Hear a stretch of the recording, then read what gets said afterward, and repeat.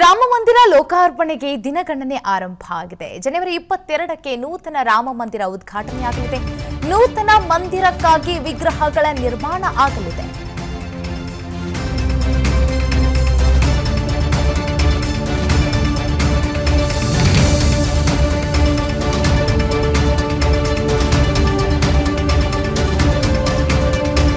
ಜನವರಿ 22ಕ್ಕೆ ನಡೆಯಲಿರುವಂತಹ ರಾಮಲಲ್ಲಾ ಉದ್ಘಾಟನಾ ಕಾರ್ಯಕ್ರಮ, ಅದರ ಬೆನ್ನಲ್ಲೇ ವಿಗ್ರಹಗಳ ನಿರ್ಮಾಣ ಕಾರ್ಯಶಾಲಾ ಎಂಬಲ್ಲಿ ಕಲ್ಲುಗಳ ಕೆತ್ತನೆ ಕಾರ್ಯ ಭರದಿಂದ ಸಾಗ್ತಾ ಇದೆ.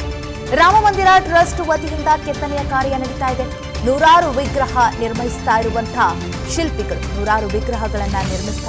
ಶಿಲ್ಪಿಗಳು ರಾಮ ಮಂದಿರ ಲೋಕಾರ್ಪಣೆಗೆ ದಿನಗಣನೆ ಆರಂಭ ಆಗಿದೆ. ಜನವರಿ 22 ಎಲ್ಲರೂ ಕೂಡ ನೆನಪಿಟ್ಕೊಳ್ಬೇಕಾಗಿರುವಂತಹ ದಿನ, ಒಂದು ಐತಿಹಾಸಿಕ ದಿನ ಅಂದ್ರೆ ತಪ್ಪಾಗ್ಲಿಕ್ಕಿಲ್ಲ. ಯಾಕಂದ್ರೆ ಶತಶತಮಾನಗಳಿಂದ ಹೋರಾಟ ಮತ್ತು ಸಾಕಷ್ಟು ರೀತಿಯಾದಂಥ ಗೊಂದಲದಿಂದ ಕೂಡಿರುವಂತಹ ರಾಮ ಮಂದಿರ ಅಂದ್ರೆ ರಾಮ ಜನ್ಮಭೂಮಿ ಸಾಕಷ್ಟು ರೀತಿಯಾದಂಥ ವಿವಾದಾತ್ಮಕ ಜಾಗವಾಗಿತ್ತು.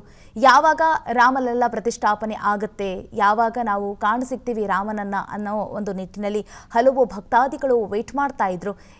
ಜನವರಿ 22ರಂದು ಆ ದಿನ ಹತ್ತಿರವಾಗ್ತಾ ಇರುವಂಥದ್ದು, ಸನ್ನಿಹಿತವಾಗ್ತಾ ಇದೆ. ಆ ದಿನಗಣನೆ ಆರಂಭ ಆಗಿದೆ. ಹೀಗಾಗಿ ಸಾಕಷ್ಟು ರೀತಿಯಾದಂಥ ಸಿದ್ಧತೆಗಳು ಕೂಡ ನಡೀತಾ ಇದೆ.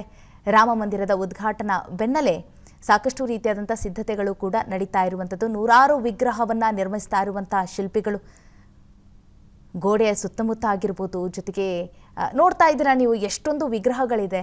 ಆ ವಿಗ್ರಹಗಳ ಕೆತ್ತನೆ ಕಾರ್ಯ ಈಗಲೂ ಕೂಡ ನಡೀತಾ ಇದೆ. ನೂರಾರು ಶಿಲ್ಪಿಗಳ ಕೈಚಳಕದಿಂದ ರೆಡಿ ಆಗ್ತಾ ಇರುವಂಥ ವಿಗ್ರಹಗಳನ್ನ ನೀವು ಗಮನಿಸ್ತಾ ಇದ್ದೀರಾ. ಅನುಕ್ಷಣದ ಸುದ್ದಿಗಳಿಗಾಗಿ ವಿಸ್ತಾರ ನ್ಯೂಸ್ ಯೂಟ್ಯೂಬ್ ಚಾನೆಲ್ ಸಬ್ಸ್ಕ್ರೈಬ್ ಮಾಡಿ. ಹೊಸ ಸುದ್ದಿಗಳ ನೋಟಿಫಿಕೇಶನ್ಗಾಗಿ ಬೆಲ್ ಐಕಾನ್ ಕ್ಲಿಕ್ ಮಾಡಿ.